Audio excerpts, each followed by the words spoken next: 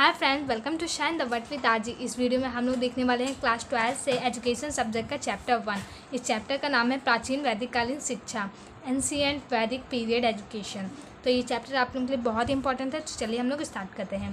तो सबसे पहले यहाँ पे अल्फ्रेड थॉमसन ने कुछ लिखा है, तो उनके क्या लिखा है ये देख लेते हैं।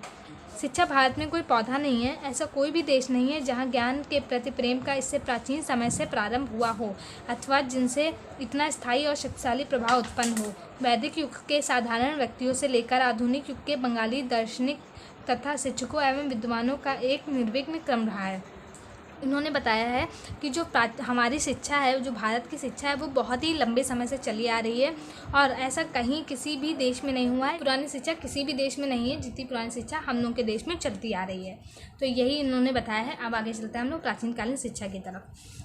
प्राचीन काल में भारत में शिक्षा स्वयं के लिए नहीं अपितु धर्म के लिए प्राप्त की जाती थी। यह मुक्ति एवं आत्मबोध का साधन थी। जीवन का महान लक्ष्य मुक्ति था। मतलब कि बताया गया इसमें प्राचीन काल में जो शिक्षा होती थी वो स्वयं मनुष्य अपने लिए प्राप्त नहीं करता था। मतलब कि जैसे अभी इस समय प्रेजेंट टाइम में हम लोग शिक्षा किस लिए प्राप्त करते हैं, ताकि बड़े होकर हम लोग कोई काम कर सके, व्यवसाय कर सके, कोई जॉब वॉब कर सके, इसलिए। लेकिन जो प्राचीन काल में शिक्षा प्राप्त करने का उद्देश्य होता था वो सिर्फ मोक्ष की प्राप्ति था और उसका कोई भी उद्देश्य नहीं था। वहाँ पर सिर्फ धर्म पर आधारित शिक्षा प्राप्त की जाती थी, दी जाती थी और उसका जो उद्देश्य था वो था मोक्ष की प्राप्ति। चलिए आगे बढ़ते हैं हम लोग। इसके बाद हम लोग देखेंगे वैदिक कालीन शिक्षा क्या होती है।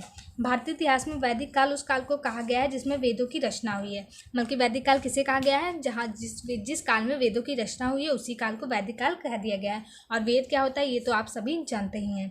भारतीय शिक्षा का इतिहास वैदिक काल से ही प्रारंभ हुआ है। मतलब कि जो हमारी शिक्षा है, भारतीय शिक्षा है, वो कहाँ से स्टार्ट हुई है, वैदिक काल से ही स्टार्ट हुई है। वैदिक काल की अवधि के संबंध में इतिहासकारों के भिन्न भिन्न विचार हैं। जो वैदिक काल की अवधि है, मतलब कि जो वैदिक काल कब से स्टार्ट हुआ था, वैदिक कालीन शिक्षा कब से स्टार्ट हुए थे, उसके बारे में जो इतिहासकार हैं उनके भिन्न भिन्न विचार है कि मतलब कि किसने बताया अभी से स्टार्ट हुई, किसने बताया तब से स्टार्ट हुई, ऐसा। उसके बाद आगे बढ़ते हैं हम लोग। इसलिए निश्चित रूप से इस काल का समय निर्धारण करना अत्यंत कठिन है। मतलब कि इसीलिए इस काल वैदिक काल का कोई भी निश्चित समय निर्धारण नहीं है। वेदों को विश्व का प्राचीनतम ग्रंथ माना गया है। जो वेद होते हैं हमारे, उनको विश्व का प्राचीनतम ग्रंथ माना गया है। वेद 4 होते हैं, तो आप सभी को पता है वेद हमारे 4 होते हैं। कौन कौन से होते हैं?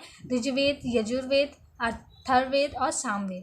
वेदों के अतिरिक्त स्मृतियाँ, आरण्य, पुराण एवं संहिताएं आदि अनेक ग्रंथ वैदिक काल की शिक्षा के बारे में विश्वसनीय जानकारी प्रदान करते थे।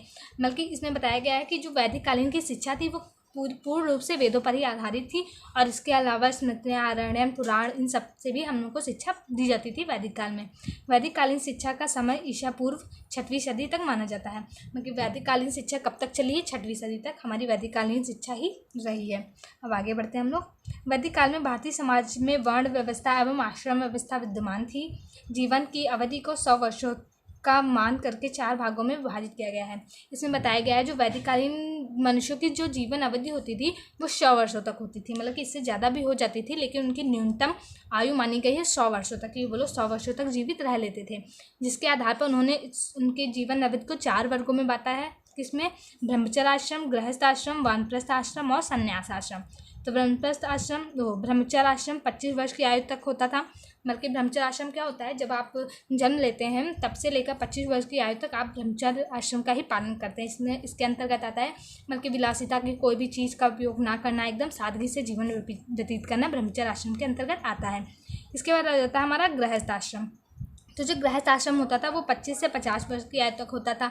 गृहस्थ आश्रम में क्या होता था, जब आप ब्रह्मचर्य आश्रम में रह के अपनी शिक्षा विक्षा कंप्लीट कर लेते थे, उसके बाद आप लोगों की गृहस्थ आश्रम में प्रवेश होता था आप लोगों का। उसके बाद वहाँ पे आप शादी वगैरह करते थे और जो भी आपका गृहस्थ कार्य होता था वो सारा कंप्लीट करते थे। उसके बाद आ जाता था वानप्रस्थ आश्रम।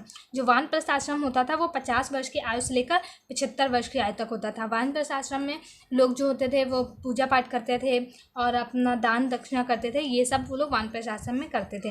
उसके बाद 75 वर्ष की आयु से मृत्यु तक, जब तक आप लोगों की मृत्यु नहीं हो जाती थी, मतलब उन लोगों की मृत्यु नहीं हो जाती थी, तब तक वो लोग संन्यास आश्रम ग्रहण करते थे। संन्यास आश्रम में क्या होता था, वो लोग पूरी मतलब कि जो भी उनके अंदर मोह माया होती थी वो सारा त्याग देते थे, अपना घर वगैरह त्याग देते थे, पहाड़ों पर चले जाते थे और वहाँ पर अपना संन्यास लेकर अपना जो जाके साधना वाधना किया करते थे। तो ये हमारे 4 वर्ण होते थे जिनका मनुष्य के जीवन में पहले निर्धारित होता था। अब तो सब कुछ ऐसे ही होता है, जिसका जब मन करता है वो तब करता है। उसके बाद आगे बढ़ते हैं हम लोग। की बात आ जाता है वैदिक काल में शिक्षा का अर्थ। न कि जो वैदिक कालीन शिक्षा थी उसका क्या अर्थ होता था। वैदिक काल में शिक्षा का व्यापक अर्थ स्वीकार किया गया है, अर्थात शिक्षा का तात्पर्य उस प्रक्रिया से है जो विद्यार्थी के व्यक्तित्व का सर्वांगीण एवं संतुलित विकास करती है। न कि जो वैदिक कालीन शिक्षा प्रणाली थी उसके अंतर्गत विद्यार्थियों को सर्वांगीण विकास होता था और उनका संतुलित विकास होता था, एकदम अनुशासन होता था उनके अंदर। इस काल में शिक्षा को विद्या कहा गया है, बल्कि प्राचीन काल में शिक्षा नहीं कहा जाता था, प्राचीन काल में इसे विद्या कहा जाता था और विद्या को मानव जीवन के लिए अनिवार्य माना गया है। विद्या को मनुष्य का तीसरा नेत्र भी कहा गया है। डॉक्टर अल्तेकर के अनुसार वैदिक युग से लेकर अब तक शिक्षा का अभिप्राय प्रकाश के स्रोत से रहा है और वह जीवन के विभिन्न क्षेत्रों में हमारा मार्ग अवलोकित करता है। मतलब जो हमारे डॉक्टर अल्तेकर उन्होंने बताया है कि जो शिक्षा होती है वो हमारे लिए एक प्रकाश सुग्राही मार्ग के जैसी होती है, जो हमारे आने वाले भविष्य के लिए हमारा मार्ग व्यवस्थित करती है। तो आगे बढ़ते हैं हम लोग। इसके बाद आ जाता है हमारा वैदिक कालीन शिक्षा के उद्देश्य। अब जो हमारी वैदिक कालीन शिक्षा होती थी उसके उद्देश्य क्या थे, किस उद्देश्य से हमारी वैदिक कालीन शिक्षा हुई थी, तो ये देख लेते हैं। डॉक्टर अल्तेकर ने वैदिक कालीन शिक्षा के उद्देश्य एवं आदर्शों की विवेचना करते हुए लिखा है कि ईश्वर भक्ति, मोक्ष प्राप्ति तथा धार्मिकता की भावना, चरित्र का विकास, व्यक्तित्व का विकास, नागरिकता एवं सामाजिक कर्तव्यों का पालन, सामाजिक कुशलता की उन्नति तथा राष्ट्रीय संस्कृति का संरक्षण तथा प्रसार प्राचीन भारत के मुख्य उद्देश्य थे। मतलब जो डॉक्टर अल्तेकर है उन्होंने जो वैदिक कालीन शिक्षा के आदर्शों की विवेचना करते हुए कहा है कि बल्कि पहले क्या उद्देश्य होते थे, ईश्वर भक्ति, मोक्ष की प्राप्ति करना, धार्मिकता की भावना, चरित्र का विकास, व्यक्तित्व का विकास, नागरिकता एवं सामाजिक कर्तव्य और बहुत सारे ऐसे उद्देश्य होते थे। पहले वैदिक काल में शिक्षा का ऐसा कोई उद्देश्य नहीं होता था कि हमें आगे चल के जॉब करना है या व्यवसाय कोई करना है, कुछ नहीं। सिर्फ वहाँ पे एकमात्र उनका मुख्य उद्देश्य तो सिर्फ मोक्ष की प्राप्ति ही था, शिक्षा प्राप्त करने का।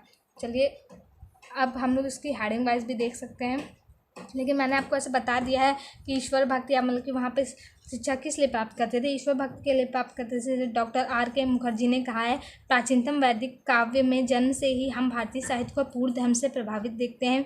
मानव जीवन का उद्देश्य मोक्ष प्राप्त करना था, इसलिए विद्या को मुक्ति का साधन माना गया था। मतलब कि जो प्राचीन कालीन विद्या थी वो पूर्ण रूप से मोक्ष प्राप्ति पर ही आधारित थी। मतलब कि जब व्यक्ति जन्म लेता था तो उसे वेद पुराण पढ़ाए जाते थे, अच्छी अच्छी बातें सिखाई जाती थी ताकि वो आगे चल के भविष्य में अच्छे कार्य करे और उसे मोक्ष की प्राप्ति हो। और चरित्र का इससे निर्माण होता था, वहाँ पे बहुत अच्छे अच्छे संस्कार दिए जाते थे ताकि व्यक्ति का अच्छा चरित्र हो। ज्ञान व अनुभव का प्रबल। Doctor R.K. मुखर्जी के अनुसार वैदिककालीन शिक्षा का उद्देश्य पढ़ना नहीं बल्कि ज्ञान एवं अनुभव को आत्मसात करना था। सच में, क्योंकि वहाँ पे कोई लिखाया उखाया तो जाता नहीं था, सिर्फ ओरल पढ़ाया जाता था और जो वहाँ के छात्र होते थे वो ओरल ही सब कुछ पढ़ लेते थे और उसी से उन लोगों का जो अनुभव होता था और जो ज्ञान होता था वो बढ़ता था, क्योंकि वो लोग रटते तो थे नहीं, उन लोगों को सिर्फ समझना होता था। तो अब आगे बढ़ते हैं हम लोग, वैदिककालीन शिक्षा प्रणाली क्या थी तो उसको देखते हैं हम लोग। अब हम देखेंगे वैदिककालीन शिक्षा प्रणाली क्या थी। वैदिक पीरियड्स एजुकेशन सिस्टम। तो वैदिक काल में वर्तमान समय की तरह विद्यालय नहीं थे, बल्कि गुरुओं के आश्रम में स्थायी रूप से रहकर छात्र शिक्षा प्राप्त करते थे। क्योंकि जो वैदिक काल था वहाँ पे जैसे हमारे प्रेजेंट टाइम में स्कूल होते हैं, कॉलेज होते हैं, वैसा कुछ नहीं था। वहाँ पे जो गुरु होते थे उन्हीं का आश्रम होते थे और जो छात्र होते थे वहीं पर रहकर शिक्षा प्राप्त करते थे। छात्र माता पिता एवं परिवार से अलग होकर गुरु के आश्रम में ही रहकर शिक्षा प्राप्त होते थे। जैसे प्रेजेंट टाइम में हॉस्टल होते हैं, वहाँ पर जो बच्चे होते हैं वो अपने घर से अलग रह कर हॉस्टल में रहकर शिक्षा प्राप्त करते थे। उसी टाइप से पहले वैदिक काल में होता था कि वो लोग गुरु के आश्रम में रहकर ही अपने माता पिता से अलग रहकर ही शिक्षा प्राप्त करते थे। इसी को गुरुकुल पद्धति कहा जाता है। इसी को जो है गुरुकुल पद्धति कहा जाता है। छात्र गुरुकुल में रहकर ब्रह्मचर्य का पालन करते हुए आश्रमों के नियमों के अनुसार जीवन व्यतीत करते थे। तो जो छात्र होते थे जब गुरु के आश्रम में रहेंगे तो वहीं के नियम का पालन करेंगे और वो ब्रह्मचर्य का पालन करते हुए ही शिक्षा प्राप्त करते थे। और वैदिक काल में गुरुकुल में पढ़ने वाले को अंतेवासी के नाम से जाना जाता था। ये बहुत ही इंपॉर्टेंट है, आप इसे बिल्कुल ध्यान से सोच लीजिए, क्योंकि आपके एग्जाम में कभी कभी MQS में पूछ दिया जाता है कि गुरुकुल में जो छात्र होते थे वो जो शिक्षा ग्रहण करते थे तो उन्हें क्या कहा जाता था, तो उन्हें अंतेवासी कहा जाता था। तो आगे बढ़ते हैं हम लोग। गुरुकुल शिक्षा प्रणाली की विशेषताएँ क्या थी। तो गुरुकुल शिक्षा प्रणाली की विशेषताएं क्या थी, चलिए देख लेते हैं। शैक्षिक स्वायत्तता। वैदिक कालीन शिक्षा बाह्य नियंत्रण से पूरी तरह मुक्त थी। राज्य सत्ता एवं इन पर कोई नियंत्रण नहीं होता था। मतलब कि जो वैदिक कालीन शिक्षा थी वहाँ पर जो आश्रम होते थे तो आश्रम में रहने वाले गुरुओं का ही शासन चलता था। वहाँ पर ऐसा नहीं होता था कि कोई राजा आके उनको ये बता रहा है कि आप ये करिए तो आप वो करें, तो ऐसा कुछ नहीं होता था। जो वहाँ के गुरुकुल होते थे वो बाह्य नियंत्रण से बिल्कुल ही फ्री होते थे। जैसे कि अभी हमारे होते हैं स्कूल कॉलेज होते हैं तो उनके लिए ये DIS ऑफिस होते हैं, उसके ऊपर होता है सरकारी अधिकारी होते हैं, वो बताते हैं तब हमारे स्कूल में कोई काम होता है। तो पहले ऐसा कुछ नहीं होता था। वहाँ पे जो आश्रम होते थे, तो जो वहाँ के गुरु होते थे वही सारा कुछ वहाँ का नियंत्रण रखते थे और वही सब कुछ वहाँ पे करते थे।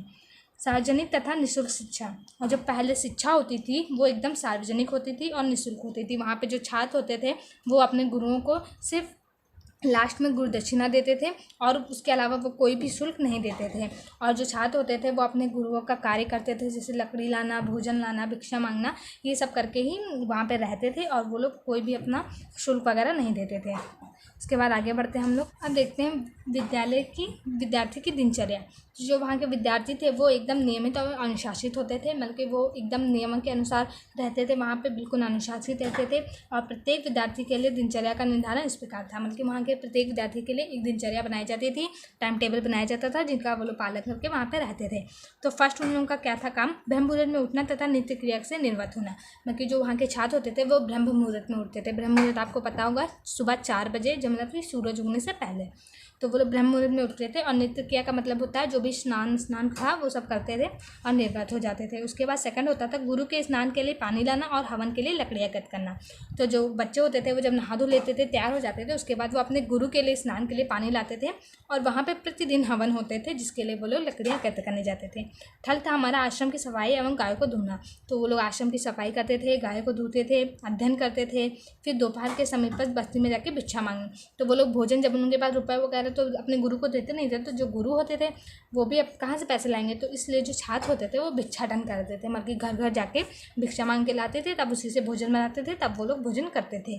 भोजन के बाद विश्राम करते थे और फिर अध्ययन करते थे। फिर इसी टाइप से वो शाम को भी गाय को धोते थे, व्यायाम करते थे, भिक्षाटन करते थे, फिर भोजन करते थे और वो लोग ज़मीन पर सोते थे और ब्रह्मचर्य का पालन करते थे। तो यही इन लोगों की दिनचर्या होती थी। उसके बाद आगे देखते हैं, ये हम लोग भिक्षाटन वगैरह देख चुके हैं। अब इसके बाद आती शिक्षा की अवधि। गुरुकुलों में विद्यार्थी उपनयन संस्कार के पश्चात प्रवेश लेते थे। जो विद्यार्थी होते थे वो गुरुकुल में प्रवेश कैसा लेते थे? जो विद्यार्थी होते थे जब वो 8 वर्ष के हो जाते थे, इसके अंतर्गत जो वैदिक काल में था 4 प्रकार के वर्ण थे, जैसे कि पहला कौन सा था? ब्राह्मण लोग होते थे, दूसरे क्षत्रिय लोग होते थे, तीसरे वैश्य लोग होते थे और उसके बाद चौथे होते थे शूद्र लोग। तो जो होते थे तो वहाँ पे वैदिक कालीन में शूद्रों को शिक्षा ग्रहण करने का अधिकार नहीं था। वहाँ पे सिर्फ 3 वर्ण के लोग शिक्षा ग्रहण करते थे। वो कौन थे? ब्राह्मण, क्षत्रिय, वैश्य। तो जो क्षत्रिय होते थे वो मतलब जो ब्राह्मण होते थे उनकी जब 8 वर्ष की आयु हो जाती थी तब उनका उपनयन संस्कार होता था, और जो क्षत्रिय होते थे वो 11 वर्ष की आयु में उनका उपनयन संस्कार होता था, और जो वैश्य होते थे उनका 12 वर्ष की आयु में। इसका मतलब है कि जब इन लोगों की ब्राह्मण की आयु 8 वर्ष, क्षत्रिय की आयु 11 वर्ष और वैश्य की आयु 12 वर्ष हो जाती थी, तभी जाके वो लोग गुरुकुल में प्रवेश लेते थे। और प्रवेश लेने के लिए उन लोगों को एक संस्कार, जैसे हम लोग के में प्रेजेंट टाइम में एग्ज़ाम होते हैं, एंट्रेंस एग्ज़ाम होते हैं, वो देना पड़ता था। उसी टाइप से उनके ज़माने में प्राचीन काल में उपनयन संस्कार होता था। इसके अंतर्गत उपनयन संस्कार होता था, जिसके अंतर्गत उन लोगों को एक मंत्र दिया जाता था, गायत्री मंत्र, वो बोलते थे और अगर जो वो सही से बोल लेते थे तो उनका प्रवेश हो जाता था। तो ये उपनयन संस्कार के पश्चात वो लोग 24 वर्ष की आयु तक की वहाँ पे शिक्षा ग्रहण करते थे। तो ये था इनका शिक्षा की अवधि। उसके बाद पाठ्यक्रम क्या होता था देख लेते हैं। गुरुकुल शिक्षा प्रणाली में वैदिक साहित्य का अध्ययन प्रमुख था, किंतु ऐतिहासिक कथाएं, पौराणिक आख्यान एवं वीर गाथाएं भी पाठ्यक्रम में सम्मिलित थी। पाठ्यक्रम में परा विद्या अर्थात धार्मिक विद्या और अपरा विद्या अर्थात भौतिक विद्या का अध्ययन अनिवार्य था। परा विद्या के अंतर्गत धार्मिक साहित्य जैसे वेद एवं वेदांत, उपनिषद, पुराण, दर्शन एवं नीति शास्त्र आदि विषय सम्मिलित थे। मतलब कि जो प्राचीन कालीन शिक्षा थी वो किस पर व्यवस्थित थी? वेदों पर व्यवस्थित थी। और जो प्राचीन काल में बहुत सारी शिक्षाएं दी जाती, पौराणिक कथाएँ बताई जाती थी, वीर गाथाएँ कथाएँ बताई जाती थी, बल्कि राजा लोग कैसे क्या करते थे सब उनको ये सब भी सिखाया जाता था। तो ये था वहाँ का पाठ्यक्रम। तो आई होप आपको ये समझ में आया होगा, और इसके बाद का आगे का चैप्टर हम लोग नेक्स्ट वीडियो में कवर करेंगे, वरना ये वीडियो बहुत ही लंबा हो जाएगा। तो आई होप आपको ये वीडियो अच्छी लगी होगी, तो प्लीज़ इसे लाइक कर दीजिए और मेरे चैनल को सब्सक्राइब कर दीजिए ताकि ऐसे ही अच्छी वीडियो आपको मिलती रहे। Thank you.